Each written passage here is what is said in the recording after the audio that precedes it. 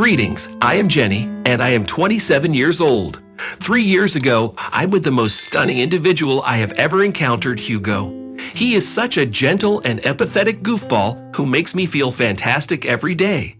Regrettably, the same cannot be stated for his mother, Maria, also known as my mother-in-law. For some reason, she has always had a grudge against me since day one, and I understand it. That's her precious baby boy, and she doesn't want to see him get hurt. She's just interested in safeguarding his best interests, but I genuinely believe that she takes things too far sometimes. She's the kind of person who does seemingly small and innocently naive injustices to people, but in reality, she deliberately pushes your buttons and gets on your nerves to make you seem like you're the irrational one. I know we all know someone like that in our lives.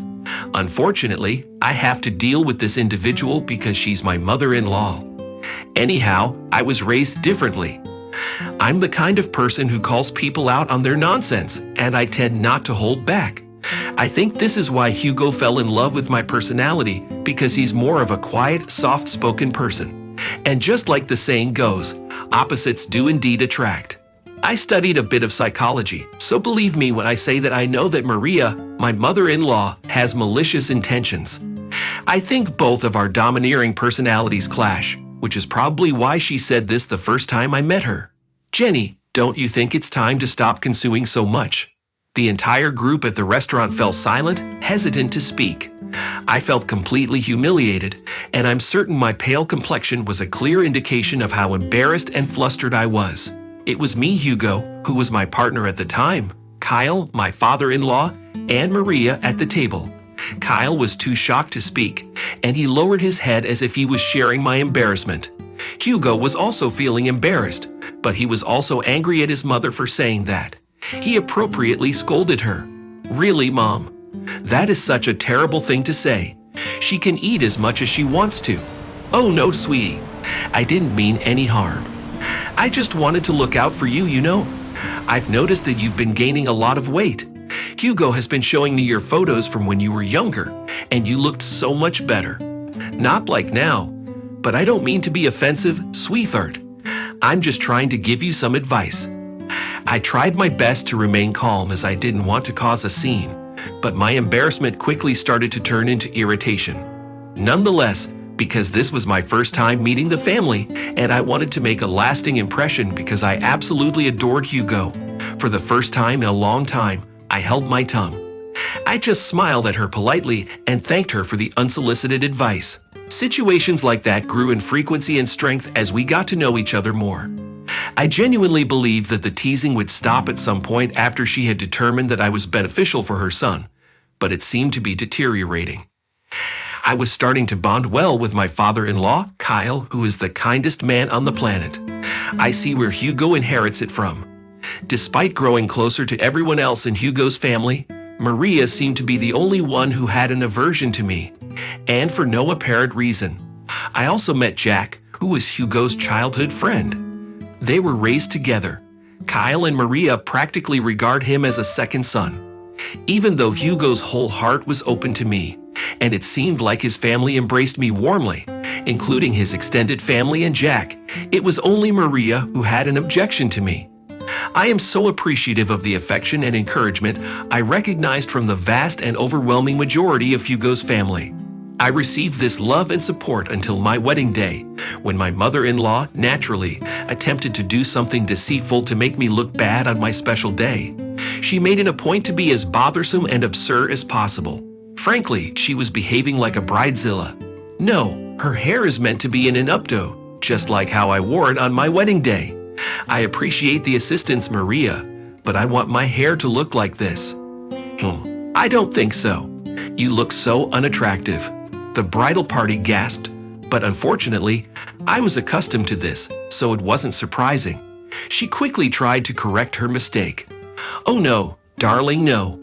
I just mean that you can look so much improved compared to your current state. And I just want to express that I recognize many similarities between Jenny and myself.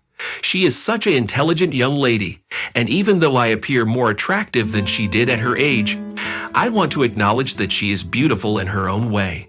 Even though my father-in-law successfully persuaded my mother-in-law to cease her cruel behavior on that day, the anguish and resentment I experienced lingered. It was not in my character to remain quiet and unresponsive. I was losing my lively energy. This woman was gradually exhausting me, and it needed to come to an end. Now skip ahead 3 years to where today's story unfolds. We were all gathered at the dining table of Hugo's childhood home, where his parents still reside, on a Sunday evening. My mother-in-law had kindly invited us over, including Jack, indicating that there must have been something important she wanted to discuss with us all. Although I had my suspicions about her spontaneously arranging this dinner, which were later confirmed, it was a pleasant surprise. At some stage, the bombshell dropped, and this marks the start of what turned out to be a very chaotic series of events.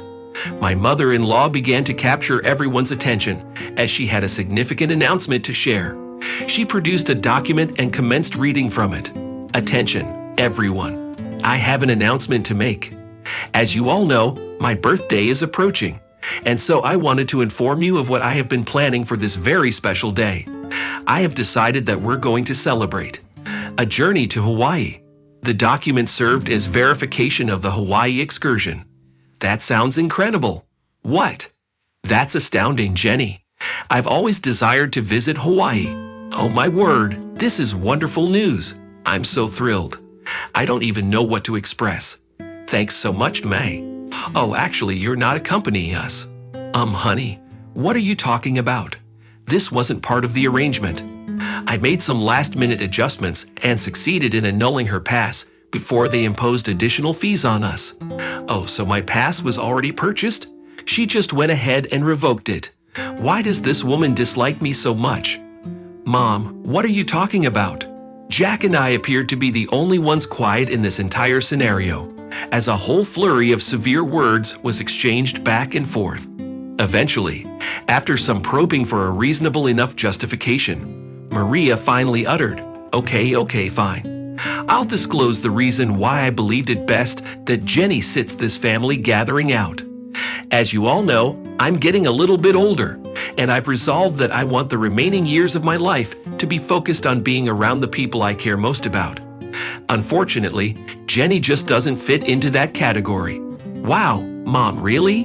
What is the matter with you? Nothing is wrong with me. Don't you dare disrespect me. I'm just saying that, well, Jenny can't be considered part of our family since she's not related by blood. By that reasoning, then Jack shouldn't be able to go either, right? Since he isn't technically family, as you're asserting. But we all understand that's absurd, and he is part of the family. And ever since Hugo and Jenny got married, that implies she is part of the family. Well, clearly with Jack, it's different. You know that he's just so valuable, and he's our sweet baby angel. He's always been here, but Jenny hasn't. So that's why I'm just not at ease with her joining the trip.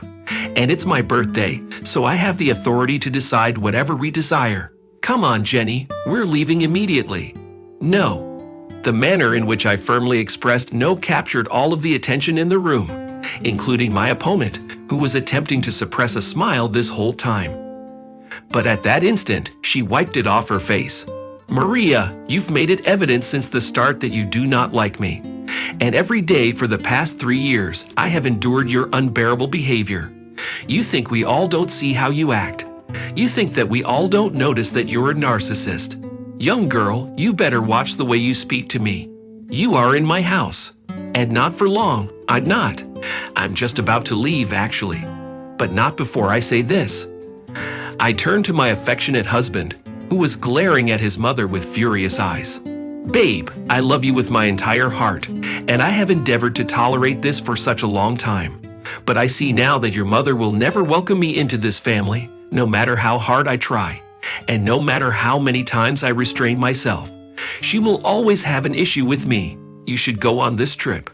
You cannot miss it. As much as your mother is insane, she's still your mother, and you adore her, and she adores you. So you have to go. Do not fret about me. I will be okay. I then faced my mother-in-law, whose mouth was wide open because of what I just said. And as for you, regrettably for you, I am in love with your son, and I am not going anywhere. You might believe that you can push me away, but I will always be here. Even when you go to Hawaii, you will always be thinking about me because, if I'm being truthful, I think you're fixated on me. How dare you? I should slap you right now. I'm not finished. You are fixated on me. You're obsessed with tearing me down, and I cannot even imagine why when all I've done is shown you kindness and patience, even when you didn't deserve it. But enough is enough. You don't want me to go to Hawaii with you? Fine. You don't think I'm part of the family? Fine. But I will always be here. As long as I breathe, I will always be here for Hugo, Kyle, and even Jack, but never for you. At that moment, I realized that I finally silenced her. She left her mouth open, as if she was searching for something to say, anything to say, but her mind wouldn't let her. Finally, I managed to keep her quiet. I bid farewell to the rest of the family members, kissed my husband on the cheek, and began to walk out. Let me drive you home at least. I cannot let you take a cab. Please do not worry about me, darling. I love you, and thank you so much for loving me. But I will be okay. You have a journey to discuss. All right, if you say you will manage and I will trust you. Oh, do not forget your handbag. Correct, my handbag.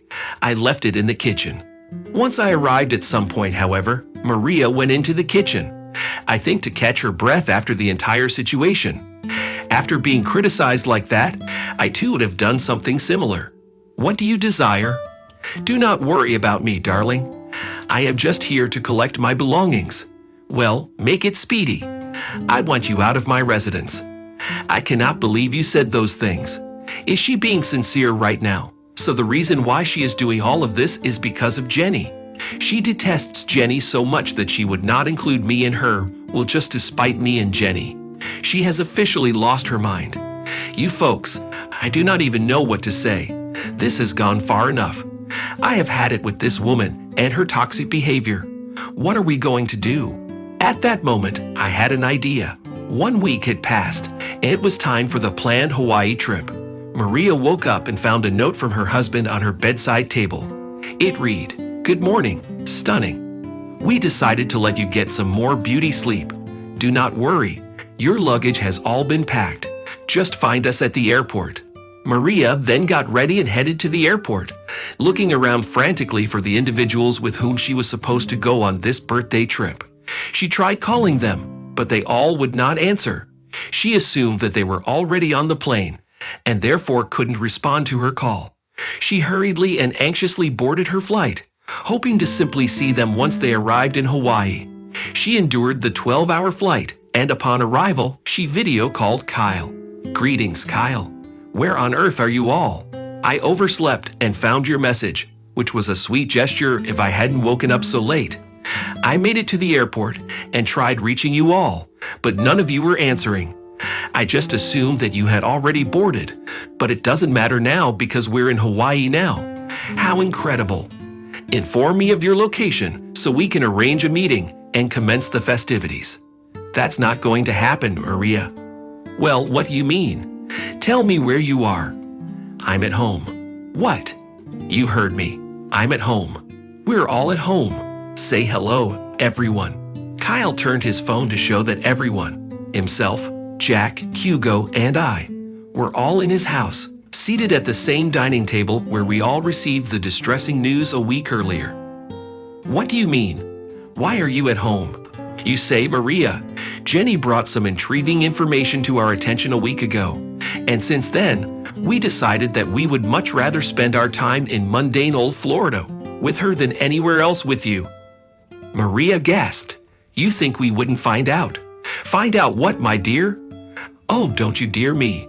You were really going to exclude me from the inheritance? Mom, how did you even find out about that? Oh, that detestable girl that you dislike so much, Jenny, found your foolish letter in the kitchen. I do not understand what you are saying. Maria, deceiving right now is only making the situation worse. Jack informed them. You must believe me. I did nothing of this kind. We all perused the letter, Maria. The game is over. But I did not do anything. Jenny is fabricating everything. Oh, really? You are so pitiful. It actually makes me ill. We all know what you said and what you attempted to do. Thank goodness I was curious enough to read the entire thing. Hugo, Kyle, please. No, Maria. Enough is enough. You're finished. You don't get to say anything else. You messed up big time.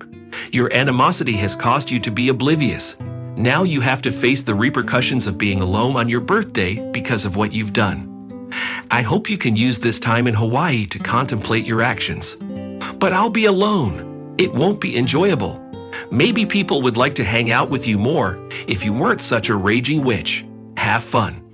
And with that, Kyle hung up the phone. We all let out a sigh of relief, and I was the first person to start chuckling. Eventually, Hugo joined in, and before we knew it, we were all bursting with laughter and cackling at the dining table, just laughing at how absurd the situation was. The expression on her face once she realized the game was over was comical. Her face turned pale. All the blood drained from her face, and I could tell that that was the first time in a long time that she felt embarrassed. Maria had to spend her vacation alone, frequently calling Kyle to determine if he would at least come and join her because canceling the reservations she made would be costly. But every time he kept refusing it. He said that when she returns, they were going to have to enforce some ground rules that were to be adhered to if she still wanted to be married to him. Maria began to be very apologetic and frantic, a complete reversal from her usual behavior, which was genuinely surprising. Hugo also mentioned that if Maria still wanted to be in his life, she had to dramatically change her attitude. Otherwise, he was prepared to walk out of her life permanently. Their relationship is still unstable, and Hugo said that if Maria ever disrespected him ever again, even if it's the smallest snide remark, he would sever ties with her completely, the same way that she was planning on cutting him off. As for Jack, he thought it best to stop being so kind to Maria, as it was evidently enabling her toxic behavior. So not only did Maria end up spending a miserable time in a beautiful place, but she also risked losing the three most important people in her life. She now has very unstable relationships with all of them, and she has to change to be better. As for me, I messaged her and told her that I need time to see if I'm going to forgive her for all of her injustices, and she was apologizing and begging for me to talk some sense into the men in her life. I obviously declined, stating that this is the situation she created for herself, and now she has to deal with it. And even to this day, Maria is currently endeavoring to repair the extremely fractured relationships that she caused. I simply trust that she has gained insight from her experience.